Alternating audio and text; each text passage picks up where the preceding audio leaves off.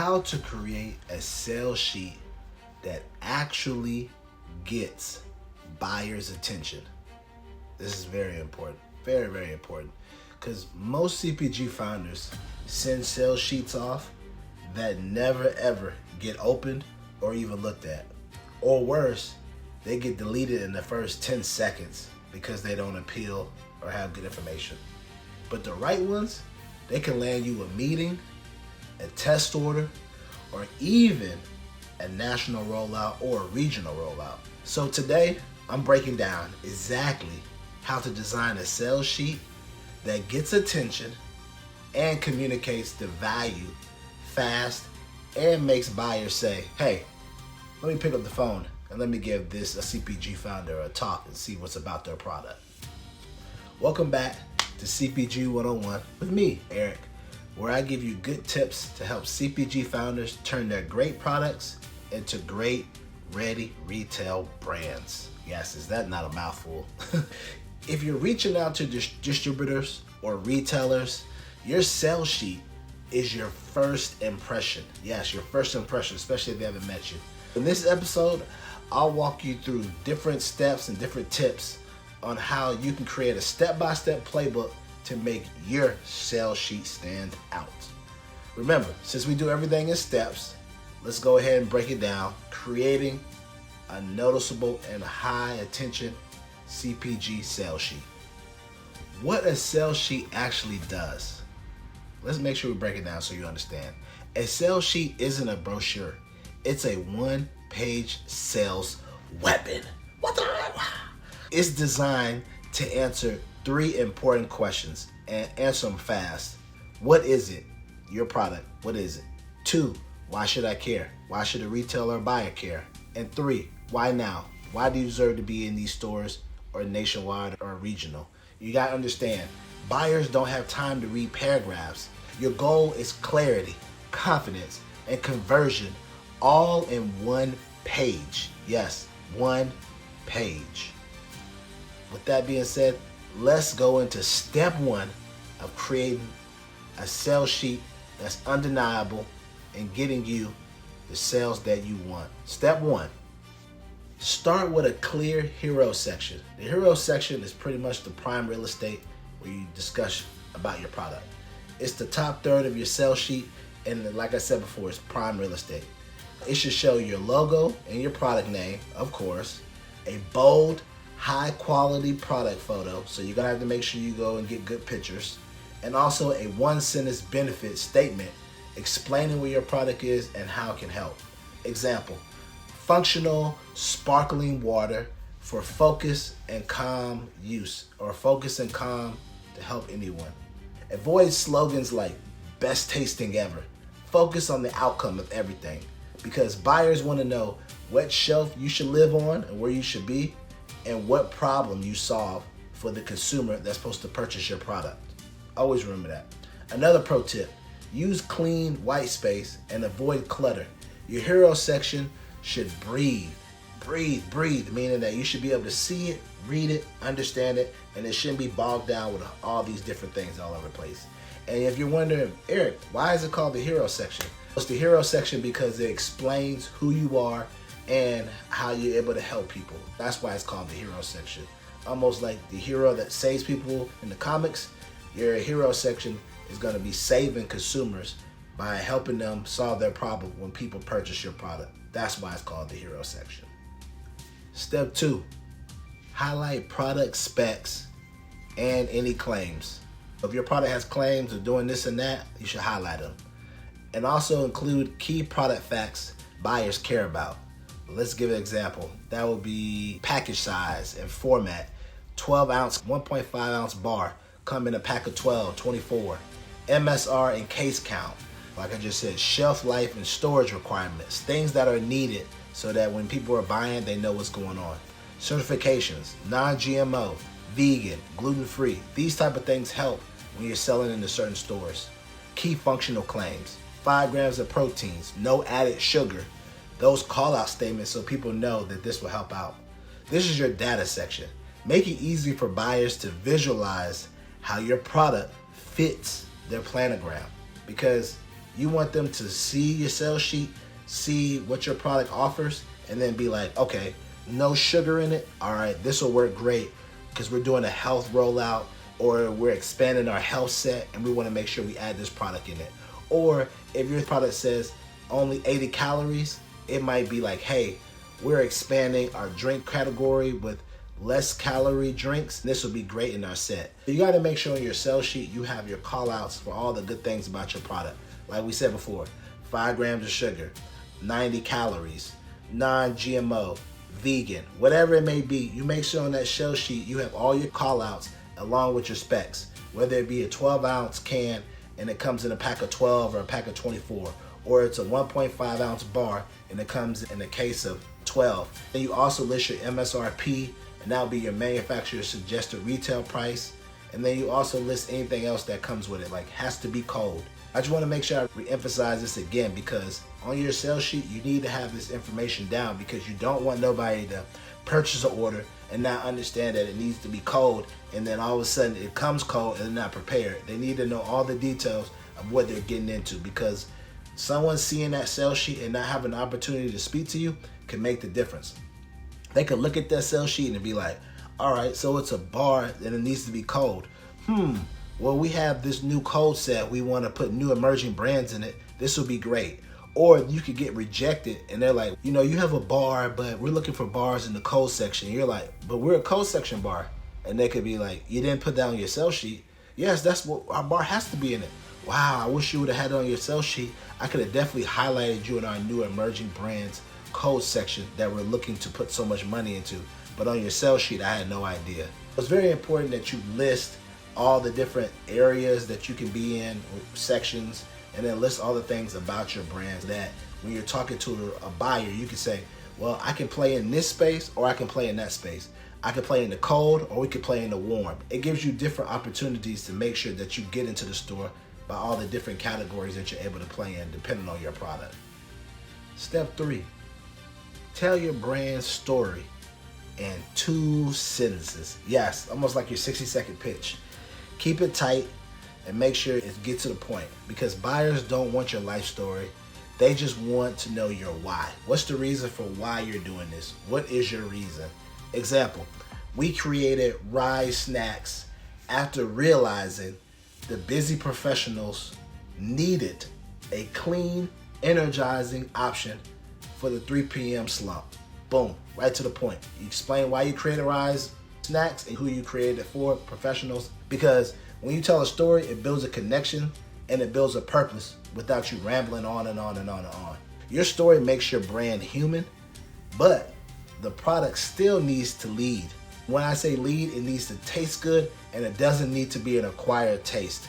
If your product is something that immediately hits people and immediately tastes good and is not an acquired taste, it's gonna help you in the long run when it comes to selling, doing demos, or just giving it out. I always say all the time, acquired tasting products take longer to sell. Products that immediately hit, immediately catch your tongue, immediately taste good, are products that take off fast. So many examples out there of products, you just see them all over the place. You know it, I know it. Products that you've seen in the market, be like, man, they only been in the market a year, 2 years, 3 years, 4 years, and they're already selling? Yes, because they're not an acquired taste product. They immediately hit your tongue and they taste good and they, boom, off to the gate. Products that are acquired, that need to be this, that need to be that, it takes years and years and years and years for people to get on the bandwagon, because it's an acquired taste product that people have to get used to drinking, or they have to get used to understanding it. Because of that, it costs more money. And those type of products will take you 10, 15 years. You've seen them around. You're probably like, man, that product been around since forever, and now they still asking for more money. It's because it's an acquired taste type of product, meaning over years and years and years, people have to get accustomed to them and try them, and then that's when people start getting on board. But those type of products, you got to have money to be in the game for that long, to be able to get your product to be an acquired taste if it already doesn't taste good from the beginning when people taste it. Step 4, you got to show proof of traction. Show proof of traction. If you can show proof of traction early, it helps. If you can include evidence of buyers loving your product, if you can show current retailers or distributors showing how much they love it, showing how much they speak about it, it always helps. If you're able to show velocity data, like selling 25 units per store per week at a Sprouts or a Whole Foods, it helps the seller be like, I gotta get it. Any kind of awards or press features, these type of things help your selling when someone's looking at your sales sheet and they don't get an opportunity to talk to you. Anything extra can seal the deal.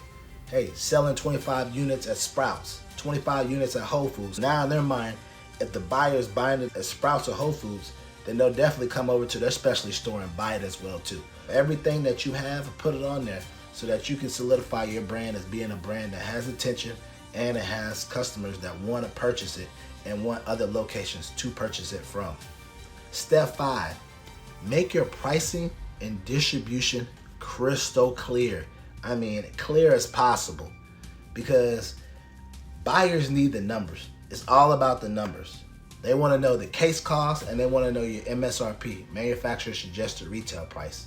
They also want to know minimum order quantities, how much they have to order. They want to know all that. They also want to know distribution availability. Do they have to get it through Unify? Do they have to get it through KE? Or do they have to get it through your local DSD? They want to know all these things. And they also want to know shipping terms and lead times. Is it direct to ship to store? They want to know any 5-star reviews, because even small wins matter. Like prime example, local Whole Foods approved feature in Forbes. Stuff like that matters. 2,000 plus, social proof, 50,000 followers, 4.9 reviews on your website. Things like these matter. Repeat customers show that people want it. Having all these followers show that people know about your product and you can sell it to them. You got to remember, don't hide the pricing.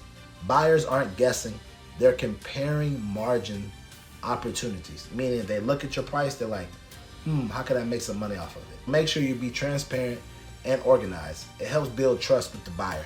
Because if a buyer doesn't like you, they could just veto you, reject you with no reasonable cause. Also, include a price range for your cases if you're still adjusting costs. If you're like, Eric, I don't really know how much we're gonna charge for a case, we're still trying to figure out, like I said, include a case range.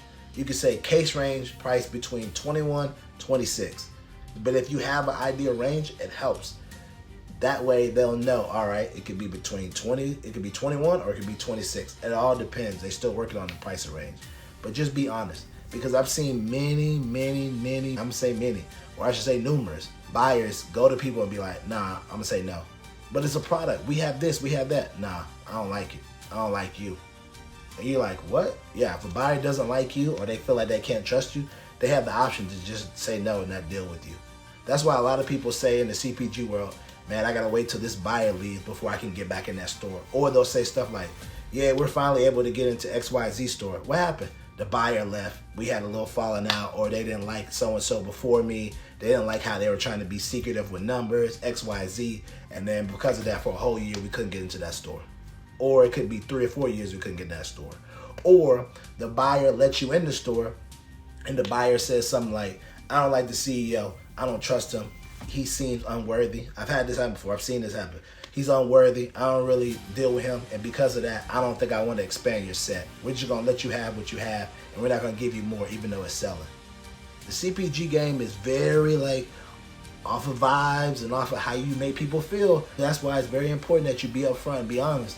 If you come around being sneaky, you come around trying to do other stuff, you can rub buyers the wrong way. This is a different generation. Them baby boomers, they're starting to leave, and now you're starting to get a lot of millennials, Gen Zs, younger people in there that's not going for all this, I'm going to do this and do that. You got to make sure that you're upfront and you're honest. And at the end of the day, when you're honest, it's just a better situation for you and your brand.